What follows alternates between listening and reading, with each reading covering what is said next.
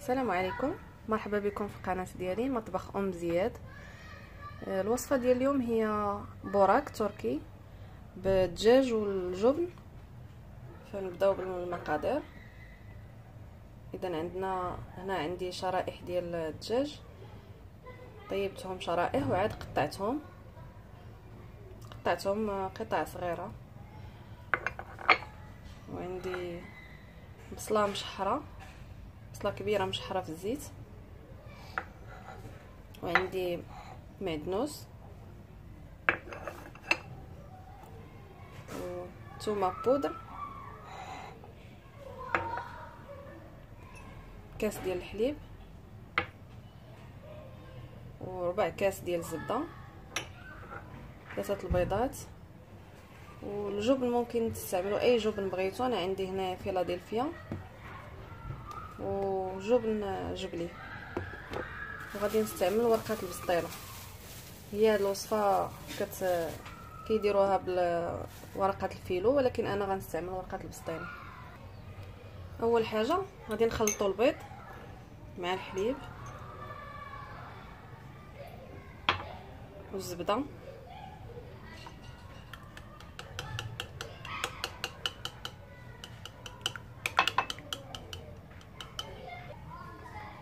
غادي نجيب طبق اللي كيدخل الفرن، وغادي نفرشو بالورقه ديال البسطيله بهذا الشكل هذا.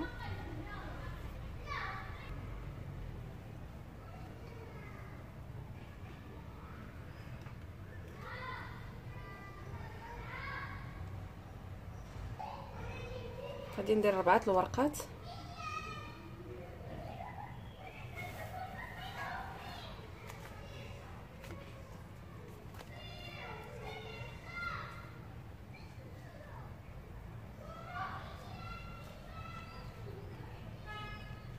اذا كانت عندكم الورقه صغيره من الافضل احسن من الكبيره. صافي، وغادي نجيب الخليط ديالي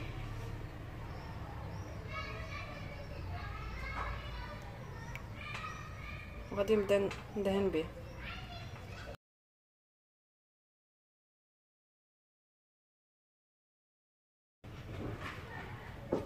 غادي نجيب الحشوه ديالي، نبدا بالحشوه ديال البصله والدجاج.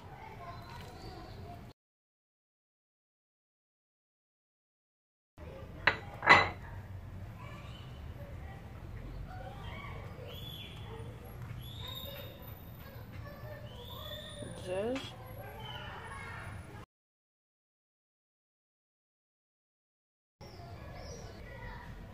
من بعد غادي نجيب 2 ورقات ديال البسطيله، غنفرق بهم.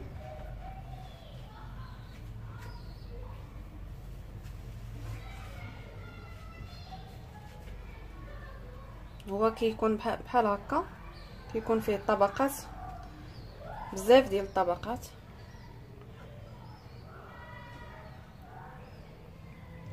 عاوتاني ندير الخليط ديالي.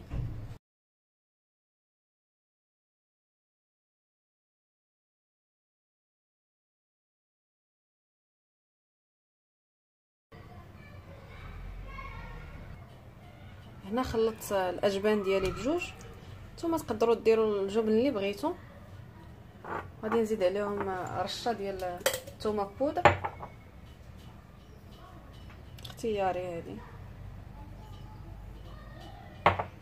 والمعدنوس ديالنا، ونخلطوهم. من بعد كنوزع الخليط على الورقه ديالي.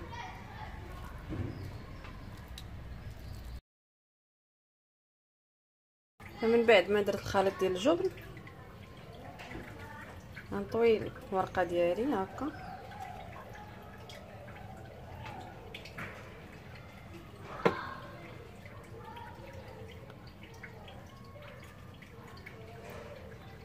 دهنها عاوتاني بالخليط.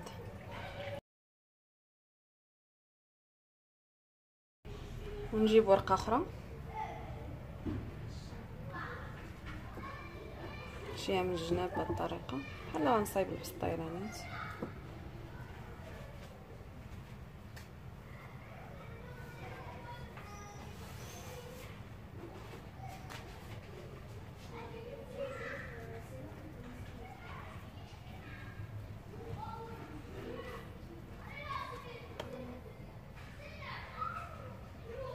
ندهنها بالخليط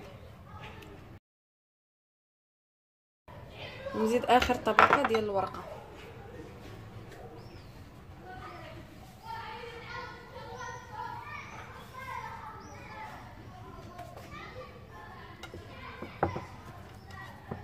فانا هزت ليا تقريبا نص كيلو ديال الورقه ما كاملاش.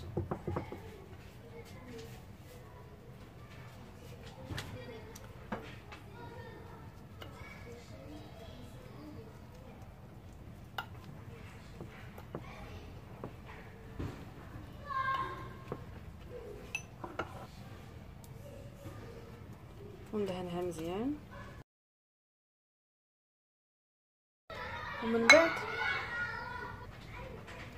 ومن بعد كنجيب واحد السكين اللي هو حاد وكنقطعها مربعات. ضروري ما تقطعوها.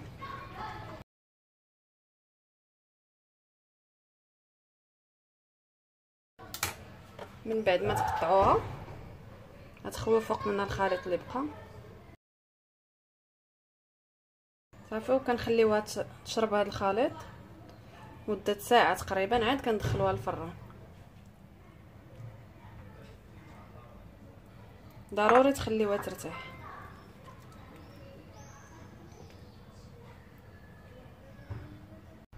من بعد ما ارتاحت غادي نزوقها بحبه البركه، سانوج والزنجلان.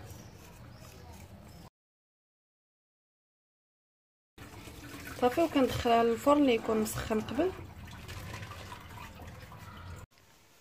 البوراك ديالي من بعد ما خرج من الفرن ها هو الشكل ديالو، كيجي رائع ولذيذ بزاف. الا عجبتكم الوصفه اشتركوا في القناه ديالي وما تنساوش تضغطوا على زر اللايك.